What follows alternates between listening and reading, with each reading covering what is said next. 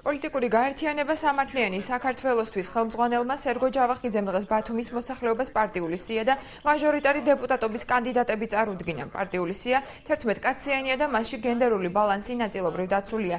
სიის პირველ ხუთეულში ადგილები ასე გადანაწილდა. პარტიიდან თვითმმართველობა ხალხს პირველი ნომერი და ამავდროულად მერობის კანდიდატი სამართალმცოდნე დურმიშხან შაინიძეა. მეორე ნომრად მას ისტორიკოსი ზაურ გოგიტიძე მოსდევს. მესამე ნომერი ფილოლოგი ნესტან გოგიტიძე, მეოთხე კი ისტორიკოსი იური გოგიტიძე. პირველ ხუთეულშია ასევე შესული სამართალმცოდნე ლაშა ლაბაძე. მერობის კანდიდატის თქმით, მისი მიზანი იმ ადამიანების ინტერესების დაცვაა, რომლებიც მრავალჯერ დარჩნენ მოტყუებული ხელისუფლების მხრიდან. მათ მოსახლეობას მხარდაჭერისაკენ მოუწოდეს. ჩანსი ნამდვილად ვფიქრობ, რომ არის ძალიან დიდი, იმიტომ რომ ადამიანებს ნამდვილად დანაპირებები რა ძალიან ბევრი და უხვი დაიფრქვა. დარწმუნდა ადამიანები, რომ ეს დანაპირები არ შესრულდა და ისევ იგივე იმ ადამიანს რატომ უნდა მიცეს ხელმეორედ ხმათ უნდაც, ხო?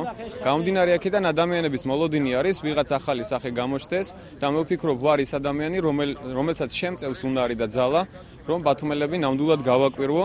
მხოლოდ ერთი ადამიანი იყო ამ წარმოდგენილ ხალხში პარტიული ნიშნით. დანარჩენი ყველა იყო პრაქტიკულად პოლიტიკასგან შორსდგომი ადამიანები. ეს იყო ჩემი პრიორიტეტი, იმიტომ რომ ადგილობრივი თვითმმართველობის არჩევნები არ არის პოლიტიკის ცვლის არჩევნები, მესმის რომ არჩევნები პოლიტიკური პროცესია, მაგრამ ადგილობრივ არჩევნებში უნდა გაიმარჯვოს ავტორიტეტებმა.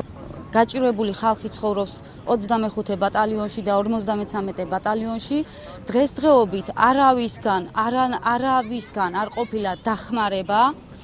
ჩვენ ხალხს ხარში გვიდგანა ნესტან გოგიტიძე, ყოველთვის ჩვენთან ერთად იყო და ყოველთვის ჩვენთან ერთად ბრძოლობდა, ის მებრძოლე ადამიანია.